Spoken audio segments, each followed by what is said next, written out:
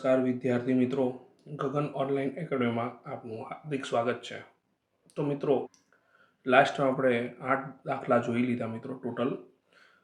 તો હવે આપણે ચેપ્ટર નંબર જે 7 છે એના દાખલા નંબર 9ની વાત કરીએ। એક સંખ્યાના 2% અને 5%નો ગુણાકાર 211.60 હોય તો તે સંખ્યાના અડધા કેટલા? તો મિત્રો પહેલાં તે સંખ્યા શોધીએ। તો ધારો કે એક સંખ્યા x છે, બરાબર।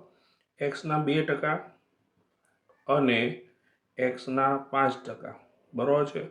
આમનો ગુણાકાર કેટલો છે? 211.60 છે, રાઈટ। તો xના 2% એટલે x ગુણ્યા 2 ના છેદમાં શું થશે? 100 થશે। એ જ પ્રમાણે x ગુણ્યા 5% એટલે 5 ના છેદમાં શું થશે? 100 થશે, બરાબર। અહીંયા શું થશે? 211.60 છે, પોઈન્ટ દૂર કરી એટલે છેદમાં શું આવી જશે? 100 આવી જશે મિત્રો। હવે જુઓ, અહીંયા ધ્યાન રાખજો, x ગુણ્યા x² થશે, 2 પંચા 10 થશે, અને છેદમાં એકની પાછળ કેટલા મીંડા થઈ જશે? 4 મીંડા થઈ જશે, બરાબર। અંશ અંશનો ગુણાકાર, છેદનો ગુણાકાર, બરાબર શું થશે? અહીંયા 21,160 છેદમાં 100, બરાબર। આ 10 છેદમાં જશે તો 0 0 ઉડાવી દો, સીધા 1000 અંશમાં જતા રહેશે। એટલે x² બરાબર શું થશે મિત્રો? 21,160 છે, બરાબર છે। એની જોડે કેટલા ગુણાઈ જશે? 1000 ગુણાઈ જશે, અને છેદમાં તો શું છે? 100 તો છે જ। એક એક મીંડું, 2 મીંડા ઉડી જશે મિત્રો। એટલે આ શું થશે? x² બરાબર, અહીંયા આપણા જોડે કેટલા વધ્યા? 21,160 તો હતા, એની પાછળ એક મીંડું હજુ આવશે। તો વિદ્યાર્થી મિત્રો, આપણે જાણીએ છીએ કે 2116 એ 46નો વર્ગ છે, અને 2 મીંડા છે એટલે એક મીંડું થઈ જશે, એટલે આ 460નો વર્ગ છે। વર્ગ સરખામણી કરી નાખીએ મિત્રો તો x બરાબર 460 થાય।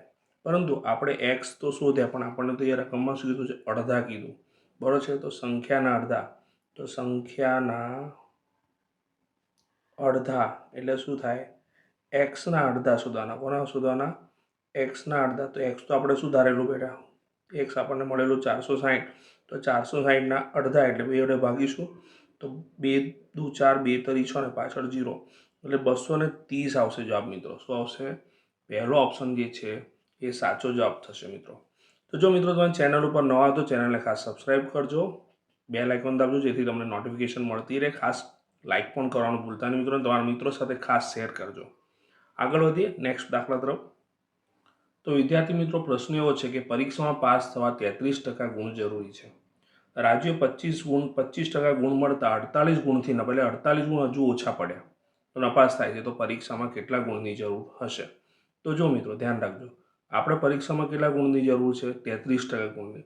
એટલે એક્સ માર્ક્સ જે છે, એક્સ માર્કની પરીક્ષા, જેમાં 33% ગુણ જોઈએ, એના 33% ગુણ જોઈએ। તો એક્સના 33% બરોબર શું થશે મિત્રો? ખાસ ધ્યાન રાખજો, એને મળ્યા એક્સના માત્ર 25% જ ગુણ મળ્યા। શું મળ્યા? એક્સના 25% ગુણ મળ્યા। હજુ બીજા કેટલા ગુણ ખૂટ્યા? 48 માં એને ઓછા પડે એટલે વત્તા 48 લખ્યા।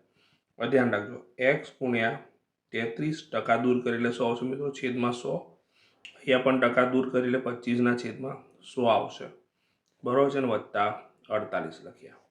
હવે અહીંયા આપણે બરોબર જોઈએ મિત્રો, તો આના છેદમાં 100 છે, આના છેદમાં 100 છે, આના છેદમાં 100 નથી, એટલે આપણે લસા 100 લઈ લઈએ। શું લઈએ? લસા 100।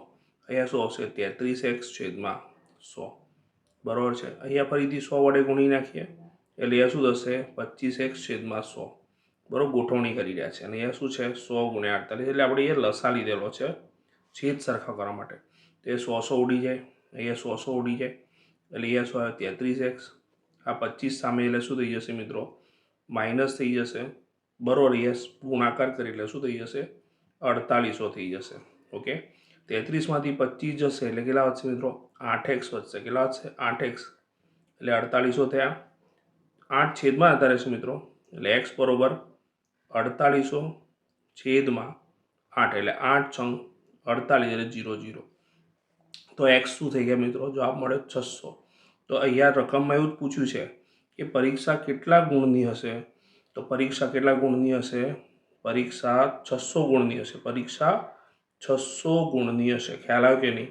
બહુ વિશિષ્ટ દાખલો છે, 600 ગુણની હશે। ખ્યાલ આવ્યો કે નહીં મિત્રો? ઓકે। તો વિદ્યાર્થી મિત્રો, આ રીતે હું તમારા સમક્ષ સોલ્યુશન લાવતો જ રહીશ। આખા ચેપ્ટરનું સોલ્યુશન લઈશ, આ રીતે બેક ટુ બેક હું વિડીયો મૂકવાનો છું।